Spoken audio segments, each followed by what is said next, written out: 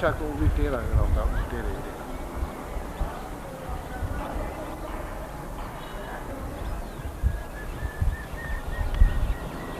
हाँ भी बल्ले बल्ले क्योंकि सारा पास ले जाए।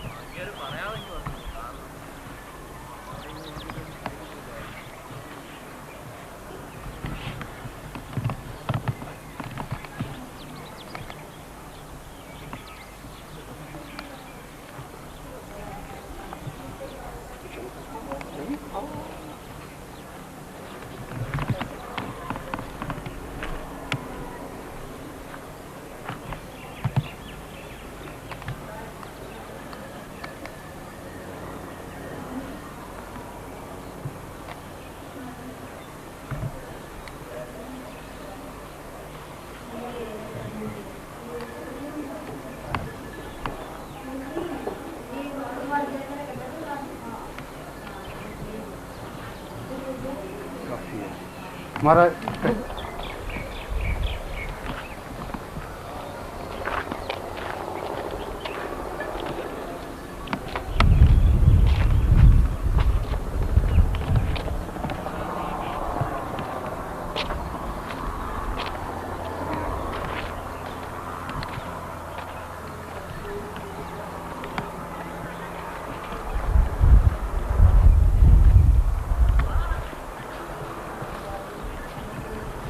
धन्यवाद महाराज आप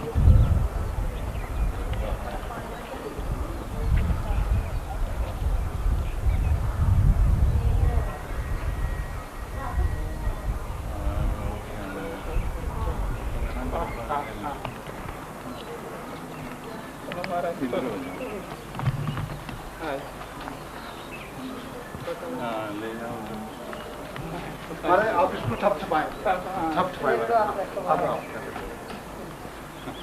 ये सारा कैसे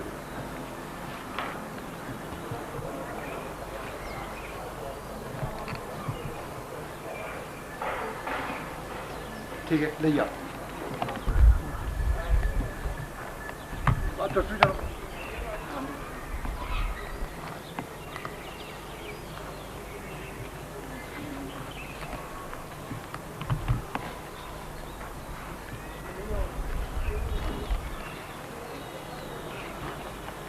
चलिए आओ ऊपर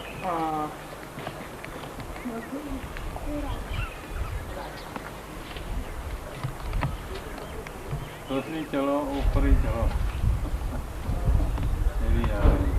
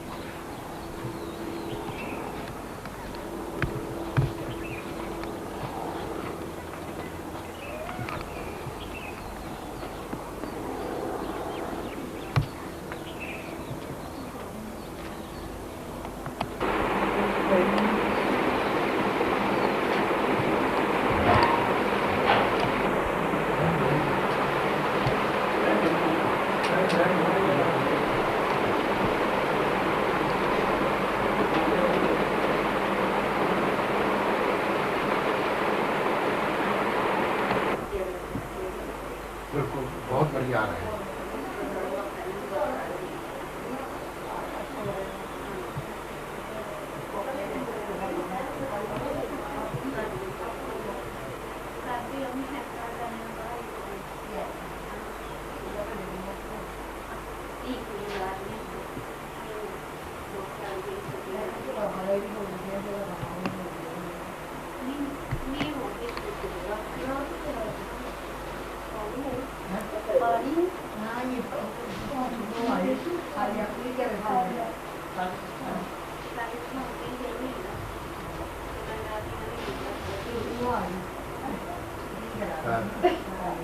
बहुत बढ़िया है तो एक दो मुद्राएं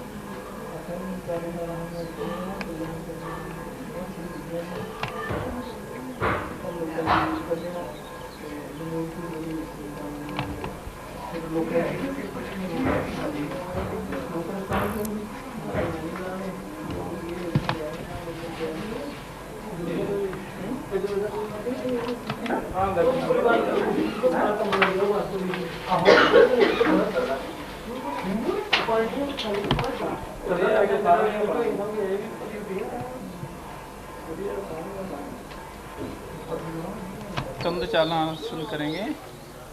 ये पद्मासन लगा के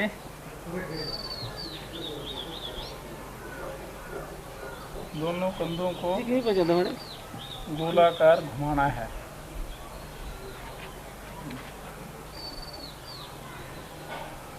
पहले आगे से पीछे की ओर। ये हृदय, छाती और फेफड़ों के लिए अति उत्तम क्रिया है।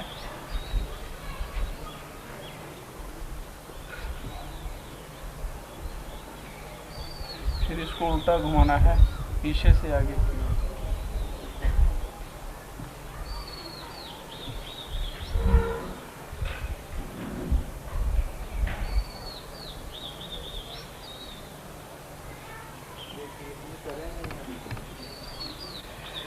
फिर आगे से पीछे की ओर।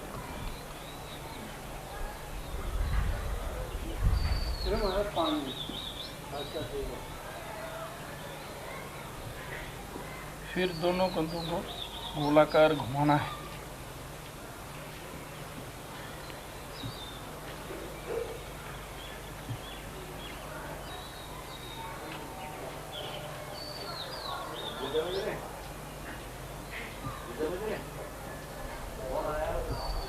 स्कंद चालनासन पेट के सारे रोगों को दूर करता है, हृदय के लिए अति उत्तम है। अब इसके बाद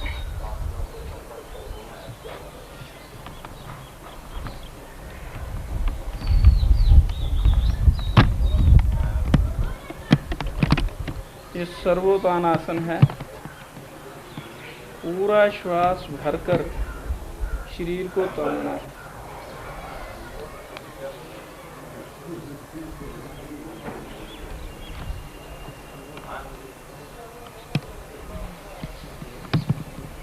श्वास निकालते हुए हाथों को सिर के पास लाना है।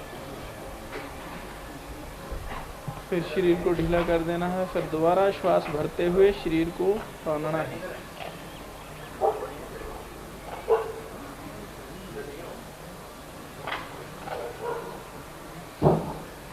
फिर श्वास छोड़ते हुए नीचे आना है।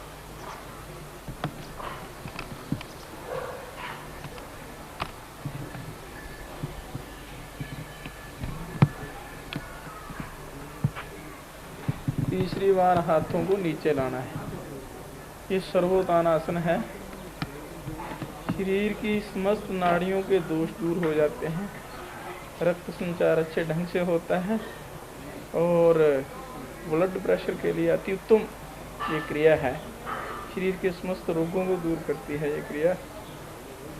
फिर दोबारा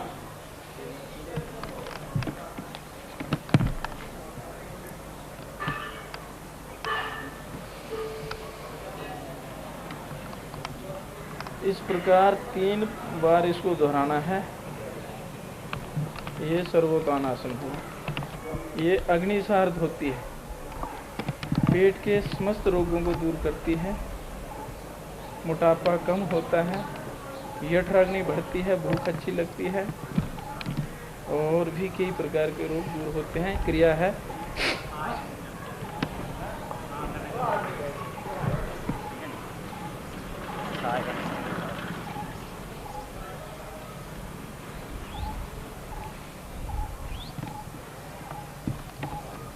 फिर श्वास लेके कुछ क्षण तक विश्राम करके फिर दोबारा श्वास निकाल के पेट को अंदर बाहर करना है।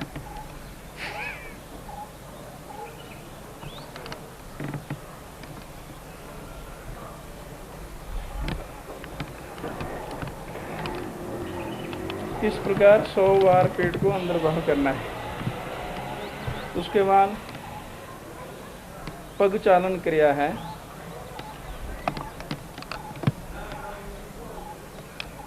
दायां पैर बाएं पैर पर रखना और बाएं पैर का अंगूठा जमीन पर लगे और दाहिने पैर की एड़ी और इसको घुमाना है।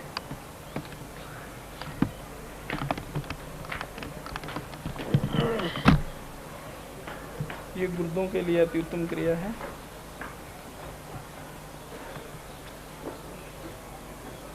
फिर दूसरा पैर ऊपर करके इसी प्रकार इसको घुमाना है।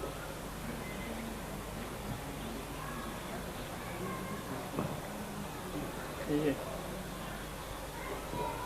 बहुत ही प्रभावशाली है। धातु रोग गुप्त रोगों के लिए अति उत्तम क्रिया है और गुर्दों के लिए विशेषकर लाभदायक है। इसके बाद है पूरे शरीर को ताकत देने के लिए ये है नाभि संचालन क्रिया। हाथों के बल पर शरीर को दाएं बाएं घुमाना है। सिर पैर एक जगह तो पूरे शरीर को अकड़ाकर दाएं बाएं घुमाना है।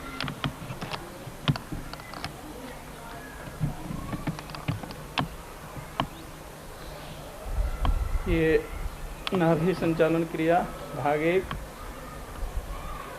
अब नाभि संचालन क्रिया भाग 2।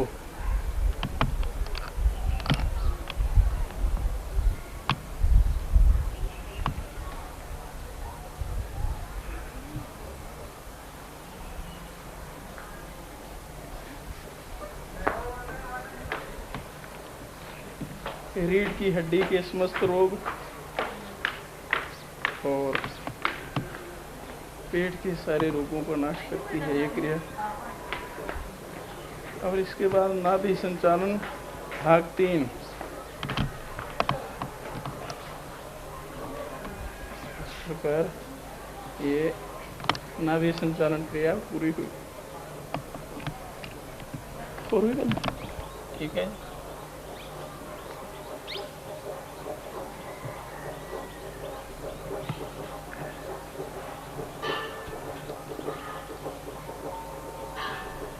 एक पादमुष्ठासन है।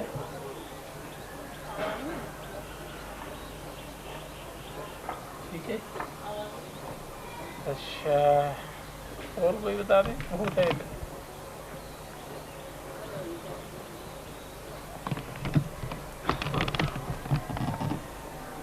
परम निगलाधारमव्ययम् निगमादिगतं नित्यं श्री सद्गुरुं तन्नमाम्यहम् सर्वचैतन्यरूपान्तां माद्यां विद्यां च धीमहि बुद्धिं येन प्रचोदयात् सर्वरूपमयी देवी सर्वं देवीमयं जगत् अतोऽहं विश्वरूपान्तां नमामि परमेश्वरीं नन्दन्तु साधका सर्वे विनश्यन्तु विदूषका अवस्था शाम्भवी मेषु प्रसन्नोऽस्तु गुरु सदा दर्शनात् पापशमनी जपान् मृत्यु विनाशिनी पूजिता दुख दौर्भाग्यहरा त्रिपुर सुंदरी नमामि यामिनी नाथ लेखालंकृत कुंतलां भवानीं भवसंताप निर्वापन सुधानदीं। श्री सद्गुरुदेव भगवान की जय हो। श्री गौरी शंकर भगवान की जय हो। श्री सत्यनारायण स्वामी की जय हो। श्री लक्ष्मी नारायण स्वामी की जय हो। श्री परम देवी भुवनेश्वरी माता की जय हो। श्री वैष्णवी देवी की जय हो। श्री महालक्ष्मी वैष्णवी देवी की जय हो। श्री महासरस्वती देवी की जय हो। श्री महाकाली भगवती की जय हो। श्री मल्ल माता सुकराला देवी की जय हो। सत्संग मंडल की जय हो। सत्संग में आने वालों की विजय हो। मानवता योग का विकास हो। विश्व में ईश्वर शक्ति का प्रकाश हो। ओम हरि हर महादेव। जय श्री राधे। अनन्यात्मन सत्संग मंडल विश्वायतन योगाश्रम में आध्यात्मिक सत्संग चलता है और इसमें इस मानव जीवन में ही परमात्मा को साक्षात्कार करने के तरीके विधियां सब बताई जाती हैं। तो ये मानव शरीर ईश्वर को प्राप्त करने का एक मुख्य केंद्र है। 84 लाख योनियों में केवल मानव शरीर में आकर ही ईश्वर की प्राप्ति हो सकती है। तो इसलिए मानव शरीर में आकर योग साधना सर्वोत्तम साधना बतलाई गई है। ये मनुष्य का शरीर जो है इसके अंदर ये हृदय केंद्र जो है यही मुख्य स्थान है ईश्वर को प्राप्त करने का। और इस हृदय में ही परमात्मा और जीवात्मा का निवास है। तो हृदय विकसित पद्मं साग्नि सोमार्कबिंबं प्रणमयम् अचिंत्यं यस्य पीठं विशुद्धं अचल परम सूक्ष्मं ज्योतिराकाश सारं भवतु परमदेशौ सच्चिदानंद रूपान्। ये ईश्वर का बैठने का स्थान अपना हृदय है। इसमें एक हृदय कमल खिला हुआ है और जिसके अंदर सूर्य चंद्र अग्नि का प्रकाश देदीप्यमान हो रहा है और उसमें ओम की ध्वनि निकल रही है जो ईश्वर का नाम एक ही है, उसका नाम है ओम। तो इस प्रकार ये ईश्वर को प्राप्त करने का रास्ता क्या है वो मैं आपको बता देता हूँ, क्योंकि कई लोग अंदर जब रास्ता आता है तो वो भयभीत हो जाते हैं कि ईश्वर बड़ा विशाल है, जीवात्मा की छोटी सी जगह में है। तो क्या है, जीव प्राण धारणे, ये जितना हिस्सा श्वास लेता और छोड़ता है हृदय कमल के अंदर परमात्मा का, वो जीवात्मा बन जाता है। वो श्वास लेता और छोड़ता है जीवात्मा। और हम लोग प्राणायाम योग ध्यान के द्वारा शोधन कर्म वगैरह सारी क्रियाएं योग की पानी से शुद्धि की जाती है 72 करोड़ नाड़ियों की, और प्राण से नाड़ियों की शुद्धि की जाती है। तो उसके द्वारा फिर इस हृदय कमल के अंदर परमात्मा को पाने का रास्ता खुल जाता है। और वो रास्ता क्या है,